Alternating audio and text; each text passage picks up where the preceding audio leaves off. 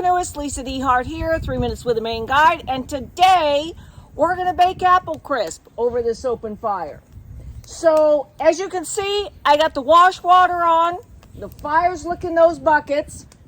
Now, here's the other thing I always say, fire is like a baby. Once it's lit, you got to watch it, you got to feed it, you got to make sure it behaves itself, you got to make sure it doesn't get fussy. So have everything you need staged where it goes.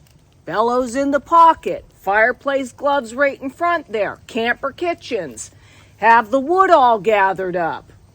You know, don't be like racing around like a crazy person, and don't leave the fire to gather any wood. You don't light that till you know you've got everything. Now let me show you the table setup. So this is just a little 4x2 table. I've always got my cook kit here. I've always got the food box here. We got a little bit of sliced apples here with the cinnamon and sugar, rolling flour, powdered milk, Pam, everything you need, okay? I'm gonna make it so you can see inside this bowl. Okay, this is just a little spiced apples, but the secret is, and the reason why it's kind of thick like this, is you sprinkle in a little bit of flour in there. That's an old, your grandmother's depression recipe there to thicken things up. Otherwise, if it's not that, you're eating fruit soup. You're not eating pie. If you can't pick it up and not have any silverware, it's not pie, it's fruit soup. So.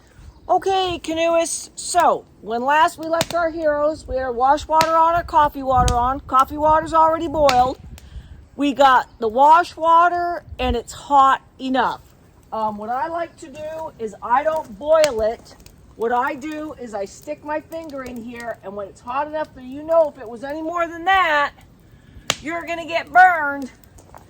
Then that's water that's hot enough to kill the Giardia, the Cystosporin, and the other one. I can never remember what the other one is. But another thing I like to do with a fire pit when I'm working it, I like to walk around it, okay? I like one that I can walk around. So this wash water is hot and done. We're gonna pull that off using the fireplace gloves. And we're gonna set it up right here.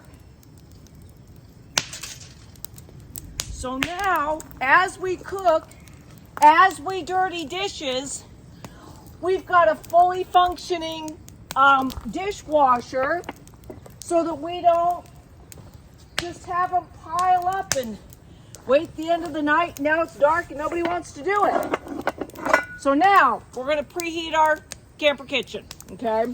So I just always kind of wipe it out with a paper towel in case there's anything in there, a little pine needle or whatever. And put the fireplace glove on, and we're going to preheat it. We're going to watch this nice and close because that is a nice hot fire there, people. All right. So we're going to preheat that. This over here. I like always putting my canvas underneath the table because it won't get wet. And then at night, what I do is the breakfast wood goes under there so that nobody uses it for the little story fires at night. We're going to pull this off. The only way you can do this is with the fireplace gloves, okay? Otherwise it's too hot. Nice, generous coat of Pam in there. All right.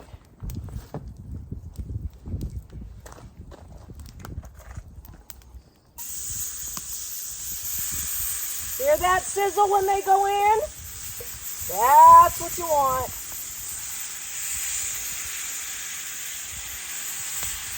We're going to spread it out.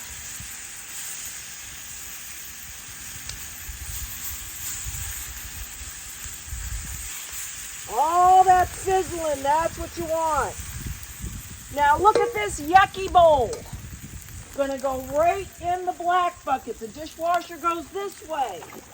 Now, if I had a coleslaw coming up or anything like that, I'd be all set with that.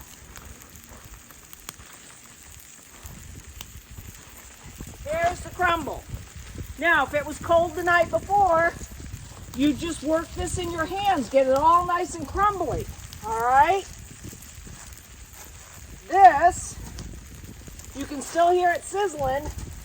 We're just going to dump that on the top, and then we're going to get that all spread out. Trash bag right on the side here. See how you work a fire pit? Okay, we're going to spread this out. Spread out the crumble. Ooh, pretty, pretty. Cold morning, nice apple crisp. Yummy. All right.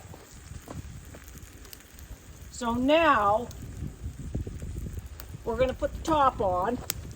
Remember, it's hot. Remember, it's still hot. That's why you got to have, these are welder's gloves, fireplace gloves, whatever you want to call them. They're the real deal. All right, top goes on.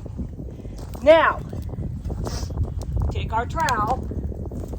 We get at a nice base of coals here, right at the front, just like that. Ooh, that's a good one. All right, we're gonna stick that like that. We're gonna move the grate out of the way. We're gonna grab a couple of these. See, without the fireplace gloves,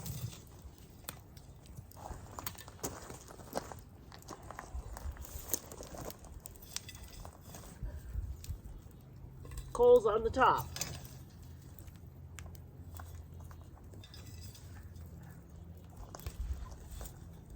Okay. Now we're going to do some of the little sticks, okay?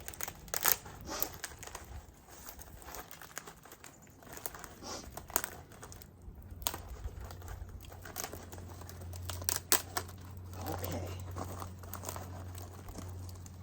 Some of the little sticks.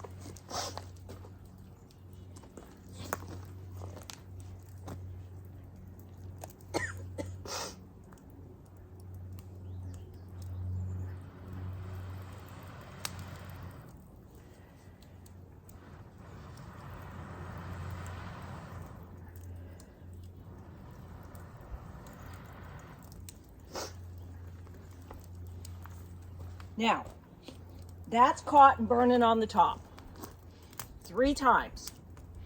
We're going to let it go out. We're going to get more. We're going to catch and let it burn on the top 3 times, and then it's going to be done. So here's what it looks like. The nice set of ashes on there. I'm back down to just the regular leather gloves, not the fireplace gloves, okay? So just real careful, you don't have to get every scrap, but pay attention to which way the wind's blowing. Try to pay attention a little better.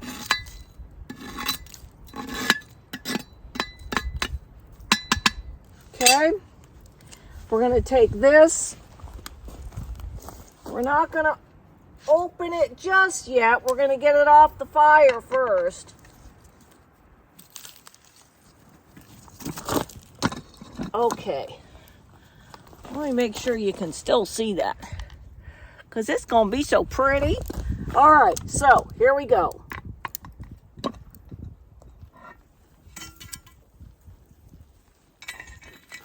There it is. The apples are nice and soft. It all kind of pulled away from the sides. The nice thing about apple crisp is people like to eat it warm as much as they like to eat it cold.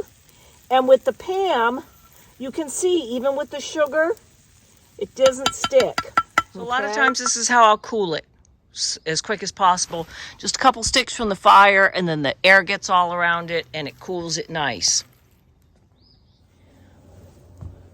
Well, thanks for baking apple crisp with an old Maine Guide.